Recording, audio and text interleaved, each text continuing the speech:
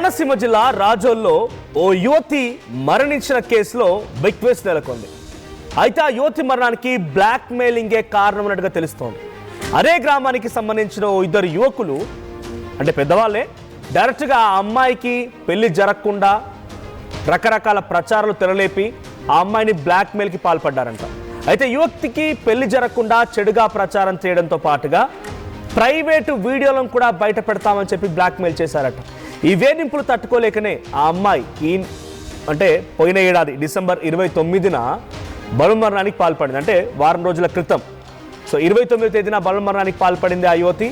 ఏడాది కాలంగా యువతి పెళ్లి సంబంధాలను ఏదొచ్చినా కూడా దార్ల బాపూజీ అండ్ శ్రీనివాస్ ఇద్దరు చెడగొడుతున్నారట.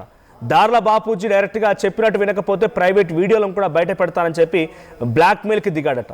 ఇక తనపై తన కుల పెద్ద అయినటువంటి కాసు శ్రీనివాస్ ఈ రకంగా చేయడంతో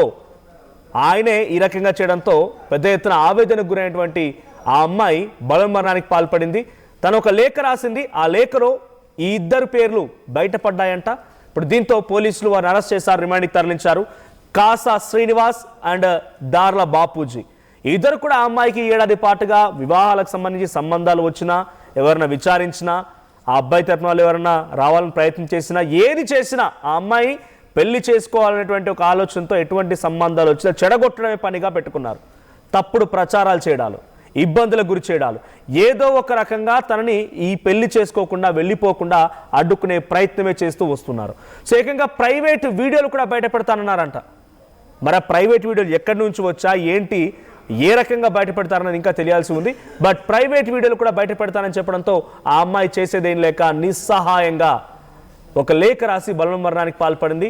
సో 29వ తేదీన అమ్మాయి మరణిస్తే చాలా ఆలస్యంగా, అంటే తమకేం సంబంధం లేదు, అంత అమాయకంగా నటించినటువంటి వాళ్ళు ఎట్టకేలకి అమ్మాయి రాసిన లేఖని కొంత డీకోడ్ చేసే ప్రయత్నం చేస్తే ఎట్టకేలకి ఆ ఇద్దరిని అరెస్ట్ చేశారు పోలీసులు. ఇప్పుడు రిమాండ్ కూడా తరలించారు. ఇక్కడ ఫోటోలో కనిపిస్తున్నటువంటి ఆ అమ్మాయే. సో ఆ అమ్మాయి ఇప్పుడు బలమరణానికి పాల్పడి మరణించింది. సో ఈ సంఘటన పైన పోలీసులు మాట్లాడారు. వాళ్ళు ఏం మాట్లాడారు చూద్దాం.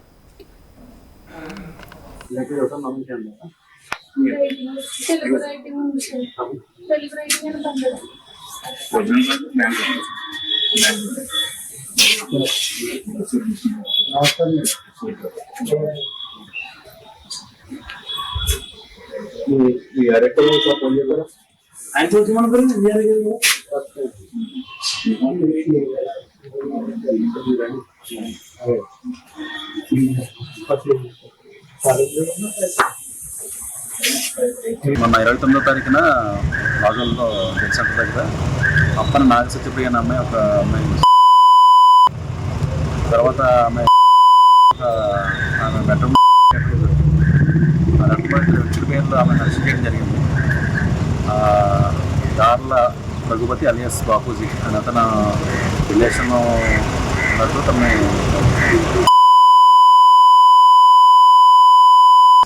తర్వాత వేరే మ్యారేజ్ వస్తుంటే తను చెడగొట్టానని చెప్పేసి పెళ్లి కాస్తున్నాను, బ్యాట్గా ప్రపకండా చేస్తానని చెప్పేసి, తర్వాత కాసు శ్రీనివాస్ అని చెప్పేసి సంఘ ప్రెసిడెంట్ ఒక ఆయన ఉన్నారు, ఆయన కూడా ఈ అమ్మాయి కోసం బ్యాట్ ప్రపకండా చేస్తానని చెప్పేసి దాంట్లో రాయడం జరిగింది. ఆ అమ్మాయి మృతికి వాళ్ళిద్దరే కారణం అని చెప్పి ఆ లెటర్లు కూడా రాయడం జరిగింది. దాని మీద దర్యాప్తు చేసి నిన్న ఈ రఘుపతి అలియాస్ బాపూజీని మరియు కాసు శ్రీనివాస్ గారిని నిన్న అరెస్ట్ చేసి రిమాండ్ పంపించడం జరిగింది.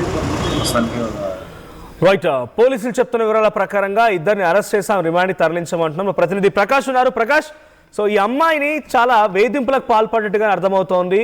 నిస్సహాయ పరిస్థితిలో ఏం చేయాలో తోచక బలమరణానికి పాల్పడినటువంటి ఆ అమ్మాయి మరణం తర్వాత ఎటువంటి పరిణామాలు చోటు చేసుకున్నాయి? 29వ తేదీన ఆ అమ్మాయి మరణిస్తే ఇంత ఆలస్యం ఎందుకైంది? అంటే వారిని అదుపులోకి తీసుకోవడం కోసం వాళ్ళ రాజకీయ ప్రమేయం ఏదైనా ఉందా, లేదంటే వాళ్ళు కాదని ఇంకేదైనా స్కెచ్ వేశారా? అప్డేట్స్ ఏంటి? ఏదైతే ఇప్పుడైతే రాజరులో ఎవరైతే యువతి బలవత్ మరణానికి పాల్పడిన ఘటన, అలాగే సత్యప్రియ అనే 25 సంవత్సరాల యువతి అయితే బలవత్ మరణానికి అయితే పాల్పడింది. తను ఏదైతే రాజుల్లోనే వాళ్ళ ఇంటిగా తను చదువుకుని ఇంటికాడ ఖాళీగా ఉంటున్నటువంటి పరిస్థితి ఉంది. అలాగే ఆ ఇంటి ఎదురుగుంటూ ఉన్నటువంటి ఒక షాప్, జ్యువెలరీ షాప్ లో పనిచేస్తున్నటువంటి వ్యక్తికి అలాగే తనకు కూడా గత కొన్నాళ్ళ నుంచి కూడా రిలేషన్ ఉన్నట్టుగా తెలుస్తోంది. తనని ఈ నేపథ్యంలోనే తనకు ముందుగా ఎవరైతే ఇప్పుడు పోలీసులు అదుపులో తీసుకున్నటువంటి ఆ వ్యక్తి ఎవరైతే ఉన్నారో బాబ్జీని, అతను కూడా పోలీసులు అదుపులో తీసుకున్నారు. అతనితో పాటు ఒక కుల పెద్దను కూడా అదుపులో తీసుకున్నారు. ఈ జరిగిన ఘటన చూసుకుంటే 29వ తేదీనైతే తను ఆ బలవత్మరణానికి ఇంట్లో తనైతే పాల్పడినటువంటి పరిస్థితి అయితే కనపడుతుంది. ఈ నేపథ్యంలో పోలీసులు అందరూ కూడా దీనిపై అనుమానాస్పదంగానే కేసు నమోదు చేశారు. అలాగే ఈ నేపథ్యంలోనే ఆ ఇంట్లో ఎవరైతే సత్యప్రియ రాసినటువంటి ఒక లేఖ అయితే బయటపడింది. అలాగే 29వ తేదీన జరిగినటువంటి ఘటనతో కుటుంబ సభ్యులు అందరూ కూడా శోక సముద్రంలో ఉన్నారు. తను ఈ విధంగా జరిగిన ఘటనపై ఏం జరిగిందో తెలియని పరిస్థితి ఉంది. ఒక్కసారిగా తన చెల్లి ఎవరైతే ఉన్నారో చెల్లికి, సత్యప్రియ సంబంధించిన చెల్లికి ఇప్పుడు తన రాసుకున్నటువంటి లేఖ అయితే బయటపడినటువంటి పరిస్థితి ఉంది. ఆ లేఖలో సంచలన నిజాలే బయటపడినటువంటి పరిస్థితి ఉంది. అందులో మనకి ఏదైతే తరచూ శారీరకంగా, మానసికంగా వేధింపులకు పాల్పడుతున్నారో, అలాగే బ్లాక్ మెయిల్ కి దిగుతున్నారంటూ కూడా ఎవరైతే ఉన్నారో, అలాగే బాబ్జీ అతన్నైతే ఆ పేర్లు అయితే మెన్షన్ చేస్తూ కూడా రాసినటువంటి పరిస్థితి ఉంది. తనతో పాటు కుల పెద్ద ఎవరైతే ఉన్నారో కాసు శ్రీను కూడా అతను కూడా తనను ఈ యొక్క పెళ్లిళ్ళు రాకుండా, వివాహం చేసుకోకుండా, ఆ పెళ్లిళ్ళు రాకుండా చెడగొడుతున్నారని ఇతని పైన ఆరోపణతో పాటు ఎవరైతే ఇప్పుడు మానసికంగాను శారీరకంగా గత కొన్నాళ్ళ నుంచి కూడా అతనితో రిలేషన్ ఉంది, రిలేషన్ తో కాకుండా గతంలో 2-3 సార్లు తనని గర్భవతిని చేసి తనను శారీరకంగా కూడా ఉపయోగించుకున్నట్టుగా కూడా చెప్పుకొస్తున్నారు. ఈ నేపథ్యంలోనే తనను పెళ్లి చేసుకుంటే ఇటువంటి ఫోటోలు, న్యూడ్ వీడియోలు ఇవన్నీ కూడా బయట పెడతానంటూ కూడా ఈ బాబ్జీ ఎవరైతే ఉన్నారో అతను తనను వేధించడం, ఫోన్ లో మాట్లాడడం, తన పెళ్లి చేసుకుంటే మాత్రం ఇవన్నీ కూడా బయట పెడతానంటూ కూడా బెదిరించిన నేపథ్యంలోనే ఇవన్నీ మానసిక ఒత్తిళ్లన్నీ కూడా తట్టుకోలేక ప్రకాష్ ఏంటి బ్లాక్ మెయిల్ చేసి డబ్బాశించారా అమ్మాయిని, లేకపోతే ఇంకేదైనా అమ్మాయి పట్ల ఇబ్బందిగా ప్రవర్తించారా? అంటే ఈ యొక్క బాబ్జీ ఎవరైతే ఉన్నారో బాబ్జీ ఎదురుగానే ఒక జ్యువెలరీ షాప్ అయితే ఉన్నటువంటి పరిస్థితి ఉంది. అతను ఆ జ్యువెలరీ షాప్ నిర్వహిస్తూ, అలాగే దార్ల బాపూజీ అతని పేరు అయితే తనకు పెళ్ళయింది, 2 పిల్లలు కూడా ఉన్నారు. కానీ ఆ ఇంటి ఎదురుగుంటూ ఉన్నటువంటి ఒక అపార్ట్మెంట్ కాబట్టి అందులో ఈ సత్యప్రియ ఉంటున్నటువంటి పరిస్థితి ఉంది. సత్యప్రియతో ఇద్దరికి కూడా కొన్నాళ్ళ నుంచి గతంలో రిలేషన్ అయితే ఉన్నట్టుగా తెలుసుకొస్తుంది. ఇప్పుడు ఆ రిలేషన్ తన ఆసరాగా తీసుకుని తను పెళ్లి అయిపోయింది కాబట్టి తనను పెళ్లి చేసుకునే అవకాశం లేదు కాబట్టి తనను అప్పటికే వదిలించుకున్నటువంటి పరిస్థితి ఉంది. కానీ తనను వేరొక పెళ్లి చేసుకునే ఒక పక్కన తల్లిదండ్రులు, అలాగే సత్యప్రియకి సంబంధించి అన్ని వ్యవహారాలను కూడా చూస్తున్నారు, సంబంధాలు కూడా చూస్తున్నారు. కానీ వచ్చినటువంటి సంబంధాలన్నీ కూడా ఇతను దార్ల బాబ్జీ అనే వ్యక్తి చెడగొట్టడం, ఒకవేళ పెళ్లి చేసుకుంటే మాత్రం నేను అన్ని ఫోటోలు, వీడియోలు అన్ని కూడా బయట పెడతానంటూ ఇటువంటి బ్లాక్ మెయిలింగ్ కి దార్ల బాబ్జీ దిగినట్టుగా కూడా ఆ లెటర్ లో మొత్తం అన్ని కూడా ఉన్నాయి.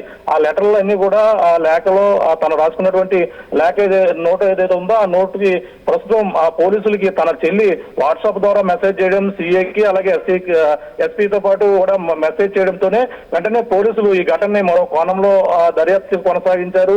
మొత్తం ఈ వ్యవహారం అంటే తను బలవత్మరణానికి మామూలుగా బాపూజీ ఆ అమ్మాయి పట్ల దురుసుగా ప్రవర్తించిన విషయం కాసా శ్రీనివాస్ అనేటువంటి ఆ కుల పెద్దకు తెలుసా? తెలిసి కూడా ఆయన కూడా ఈ రకంగా బ్లాక్ మెయిల్ కి దిగాడా?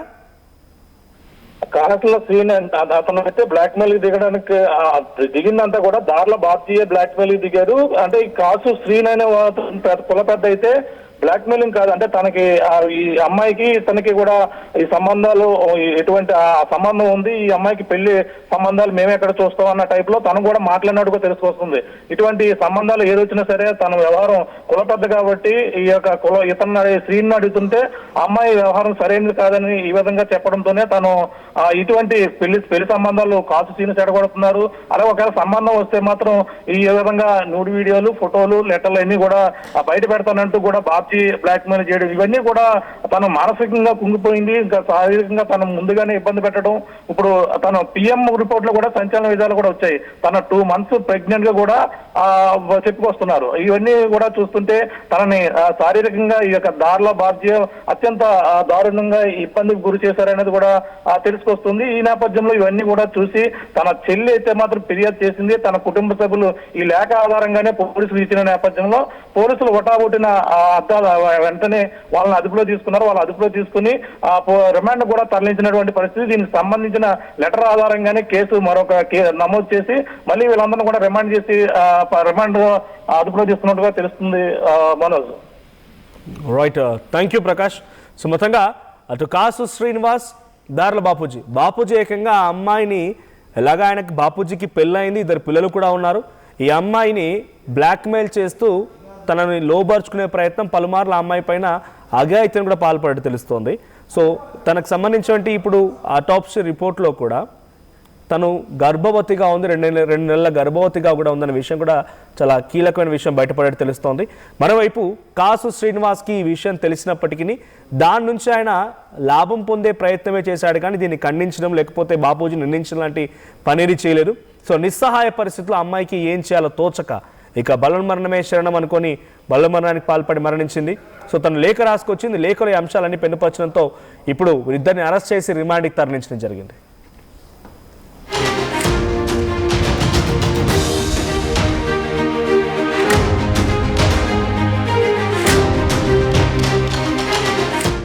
చరిత్ర సృష్టించినోడు